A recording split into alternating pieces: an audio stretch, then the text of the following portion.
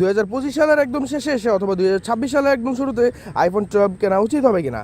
তো আইফোন 12 2020 সালে লঞ্চ হওয়া ফ্ল্যাগশিপ একটা স্মার্টফোন এবং এতে রয়েছে সে সময়কার powerful A14 bionic chip, camera রয়েছে সবগুলো 12 মেগাপিক্সেল করে এবং এই ফোনে রয়েছে 4GB র্যাম এবং এটা রান করছে iOS 26.2 অপারেটিং সিস্টেম এবং এই ফোনটা আরও 1 থেকে 2 বছর লেটেস্ট iOS সফটওয়্যার আপডেট পাবে। এই ফোনে আপনারা দুইটা সিম ইউজ করতে পারবেন, যার মধ্যে হচ্ছে একটা ফিজিক্যাল সিম এবং আরেকটা ই সিম। যদি আপনারা চায়না ভ্যারিয়েন্টটা নেন তাহলে আপনারা ডুয়াল ফিজিক্যাল সিম পাবেন। এই ফোনের ডান সাইডে রয়েছে পাওয়ার বাটন, সামনে রয়েছে 6.1 inch super retina XDR OLED display, ক্যামেরাতে রয়েছে স্মার্ট HDR3, বাম সাইডে রয়েছে অ্যাপেলের সেই চিরচেনা silent switching button, volume button, নিচে রয়েছে মাইক্রোফোন গ্রিল, স্পিকার গ্রিল ও লাইটনিং পোর্ট ও পিছনে রয়েছে ব্যাক গ্লাস যেটা হচ্ছে কর্নিং গোরিলা গ্লাস, সামনে রয়েছে কর্নিং গোরিলা গ্লাস।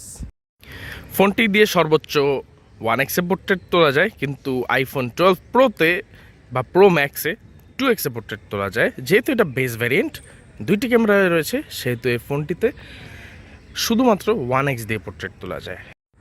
আইফোন 12 আপনারা 25 থেকে 35,000 টাকার মধ্যে পেয়ে যাবেন। Depends on condition, depends on storage, depends on variant. আমাদের ফোনটা হচ্ছে জাপান ভ্যারিয়েন্ট। এই জাপান ভ্যারিয়েন্টেও দুইটা সিম ইউজ করা যায়, একটা হচ্ছে ফিজিক্যাল এবং আরেকটা হচ্ছে ই সিম। আইফোন 12 রয়েছে 2815 এমপিআর ব্যাটারি, যেটা থেকে ব্যাটারি ব্যাকআপ তেমন একটা সুবিধা পাওয়া যায় না, কিন্তু নর্মাল ইউজেজে প্রায় 12 থেকে 14 ঘন্টার মতো ব্যাকআপ পাওয়া যায়। আর হেভি ইউজেজে ফোনটা থেকে মাত্র 5 থেকে 6 ঘন্টা স্ক্রিন অন টাইম পাওয়া যায়। সো আপনারা অবশ্যই ব্যাটারি হেলথ 85-এর উপর থাকা অবস্থায় নেওয়ার চেষ্টা করবেন, তাহলে সব থেকে বেটার হয়। আইফোন 12 আপনারা ভিডিও রেকর্ড করতে পারবেন 4K 60 FPS পর্যন্ত এবং ভিডিও কোয়ালিটিতে কিন্তু এটাতে পারফরমেন্স অনেক ভালো পাওয়া যায়। ভিডিও আউটপুটটা কিন্তু আইফোন 12-এর 5 বছর পুরনো হওয়া সত্ত্বেও বেশ ভালো। তো আপনাদেরকে এবার ক্যামেরা এবং ভিডিও স্যাম্পল দেখানো যাক।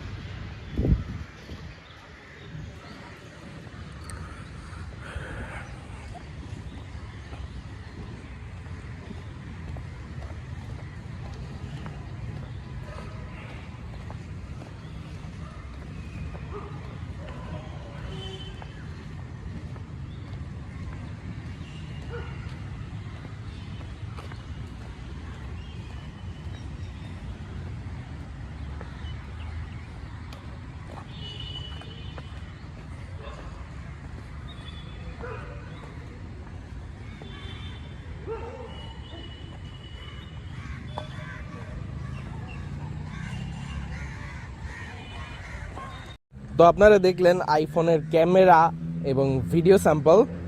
তো আইফোন 12 কিন্তু 25 থেকে 30,000 টাকার মধ্যে বেস্ট একটা বাজেট ফ্রেন্ডলি ডিভাইস। আপনার বাজেট যদি 25 থেকে 30,000 বা 32,000 টাকা হয়ে থাকে, তাহলে আইফোন 12 কিন্তু বাজেট অনুযায়ী একটা বেস্ট অপশান। আপনারা চাইলে আইফোন 12 নিতে পারেন। আইফোন 12 থেকে আপনারা আরও একটা iOS সফটওয়্যার আপডেট পাবেন। তো আজকে আইফোন 12-এর শর্ট রিভিউটা ছিল এই পর্যন্ত। সবাই ভালো থাকবেন এবং ভিডিওটা ভালো লাগলে লাইক দিবেন এবং চ্যানেলটাকে সাবস্ক্রাইব করবেন। আজকে এই পর্যন্তই। টাটা, বাই বাই, আল্লাহ হাফেজ।